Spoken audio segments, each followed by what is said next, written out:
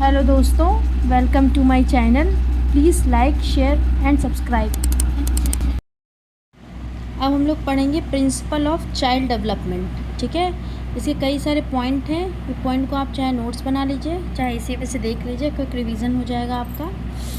Principle of uniformity मतलब समान प्रतिमान का सिद्धांत। प्रिंसिपल ऑफ मतलब एक जैसा सबके अंदर, जो जैसे मान लीजिए शेर का बच्चा है, तो शेर का बच्चा क्या होगा, हर जगह हर वर्ल्ड में शेर का बच्चे की वही पूंछ रहेगी, उसके बाल रहेंगे, उसके जो है क्या नाम है वो एंगर रहेगा।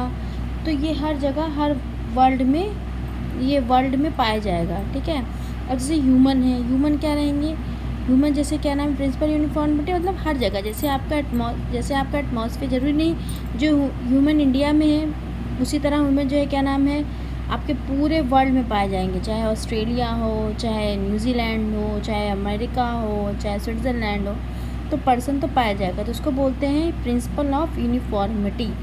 दो पैर रहेंगे, दो आँख रहेगी, एक नाक रहेगा, और जो है क्या नाम है दो पैर रहेंगे। सब का जो है क्या नाम है प्रिंसिपल यूनिफॉर्मिटी यही रहता है। ठीक है। अब नेक्स्ट पॉइंट क्या है आपका, principle of direction pattern sequence, विकास की दिशा का सिद्धांत। ये इम्पॉर्टेंट है, ये आप देख लीजिए। पहला होता है सेफ्लोकॉर्डल और दूसरा है प्रॉक्सिमोडिस्टल। सेफ्लोकॉर्डल क्या होता है, हेड टू टू।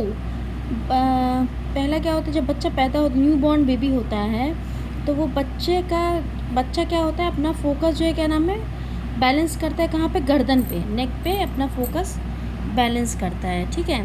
बच्चे के सिर से शुरू, इसमें क्या होता है, बच्चे के सिर से शुरू होता है और फिर हाथ पे जाएगा, फिर उसके बाद पैर पे जाएगा। मतलब बच्चा पहले अपना फोकस कहाँ बनाएगा, गले पे बनाएगा, गर्दन पे बनाएगा। फिर धीरे धीरे वो जो है क्या नाम है करवट लेना स्टार्ट करेगा, फिर धीरे धीरे वो चलना स्टार्ट करेगा, फिर धीरे धीरे वो पैर से चलना स्टार्ट करेगा। ठीक है।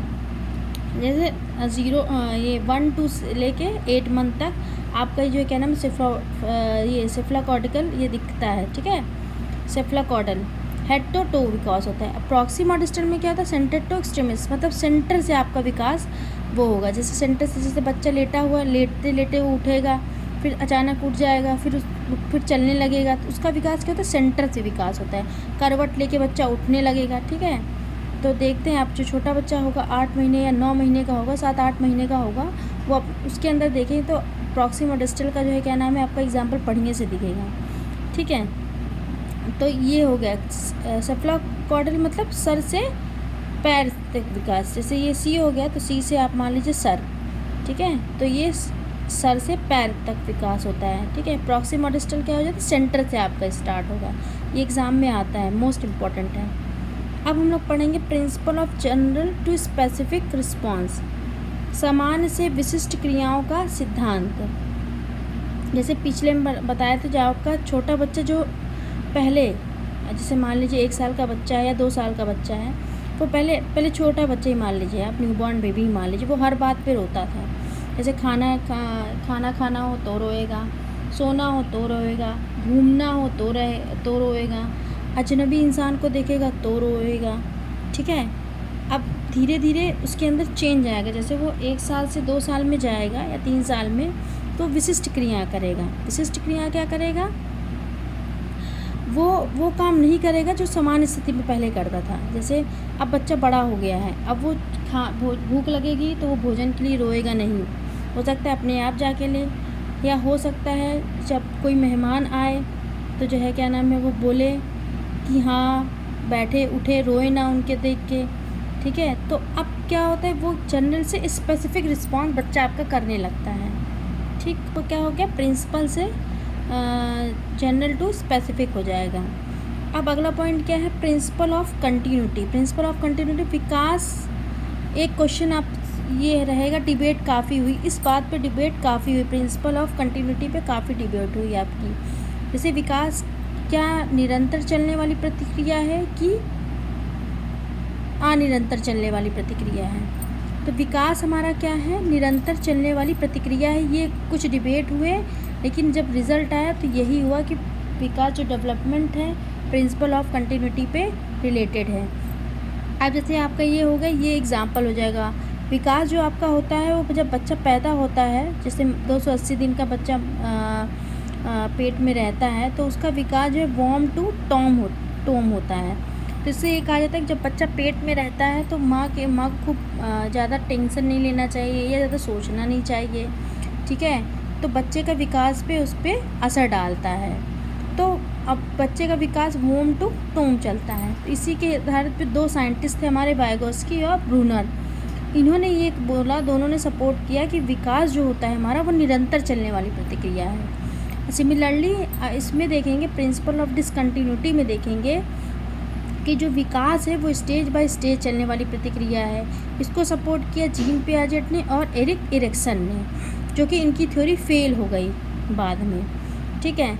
तो प्रिंसिपल ऑफ डिसकंटिन्यूटी में क्या हो जाएगा, जैसे उसका ये हो जाएगा कि शेषावस्था, मतलब कि जब बच्चा पैदा होगा तब उसकी कुछ और होगी। जब बच्चा बाल अवस्था में जाएगा तो उसका जो है क्या नाम है अलग डेवलपमेंट होगा, विकास होगा। जब बच्चा किशोर अवस्था में जाएगा तो अलग जो है क्या नाम है विकास होगा। तो ये जो है क्या नाम है इसमें बताया गया है कि विकास जो हमारा होता है वो स्टेज बाय स्टेज चलने वाली प्रतिक्रिया रहती है, ठीक है, जो कि ऐसा नहीं है। विकास जो है हमारा वॉर्म टू टॉम चलता है, वो टूम चलता है। तो ये वाइगोस्की और ब्रूनर ने इस थ्योरी को सपोर्ट किया। निरंतर चलने वाली प्रतिक्रिया को हम विकास कहते हैं, ठीक है। अब अगला पॉइंट क्या है, प्रिंसिपल ऑफ प्रेडिक्टेबिलिटी, मतलब विकास को पूर्व अनुमान लगाया जा सकता है। जैसे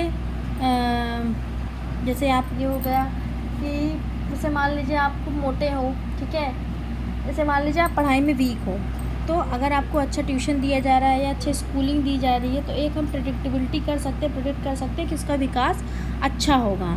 जैसे मान लीजिए आप 2 घंटा पढ़ रहे हो, पढ़ना आपको 4 घंटा है, तो उससे हम अनुमान लगा सकते हैं, कोई भी अनुमान लगा सकता है, अरे ये तो पढ़ नहीं रहा है, इसका विकास का इसका एग्ज़ाम भी क्लियर नहीं होगा, ठीक है। तो ये हो गया प्रिंसिपल ऑफ प्रेडिक्टेबिलिटी।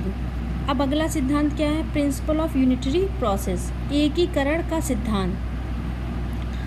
एकीकरण मतलब पढ़ाई करते वक्त शारीरिक मानसिक, जैसे पढ़ाई आप कर रहे हैं तो वहाँ पे आपका शारीरिक भी वो विकास हो रहा है, मानसिक भी विकास हो रहा है, दोनों हो रहा है।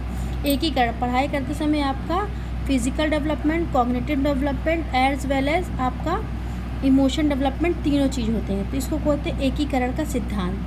नेक्स्ट क्या है, 8 point, principle of spiral versus linear advancement. विकास कभी कम कभी ज़्यादा होता है। जैसे आपका विकास कभी लीनियर होगा या कभी स्पाइरल होगा, ठीक है। हमेशा जो है लीनियर तो कभी होगा ही नहीं, कभी होगा। अगर लीनियर हो रहा तो बैड है, बिल्कुल भी बैड परफॉर्मेंस है। विकास हमेशा स्पाइरल होता है, धीरे धीरे करके आप स्टेप टू स्टेप चलते हैं, ठीक है। अगला प्रिंसिपल है हमारा प्रिंसिपल ऑफ इंडिविजुअल डिफरेंस।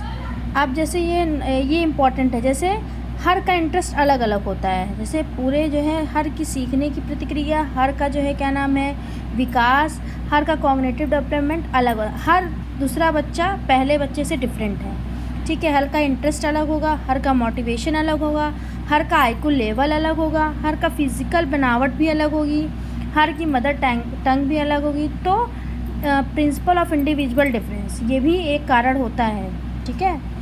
तो डेवलपमेंट रेट, अब आगे आप लोग पढ़ेंगे डेवलपमेंट रेट क्या होता है। जैसे हर पर्सन में इंडिविजुअल डिफरेंस होता है, उसी प्रकार हर पर्सन में डेवलपमेंट रेट हर का अलग अलग होगा। ये नहीं आप कह सकते कि जैसे ए और बी, 2 एग्जाम्पल हम लेते हैं, ए और बी 2 पर्सन है, तो इसका डेवलपमेंट रेट दूसरा होगा, इसका डेवलपमेंट दूसरा होगा। हो सकता है ये तेज़ी से सीख रहा हो सकता है ये धीरे से सीख रहा हो।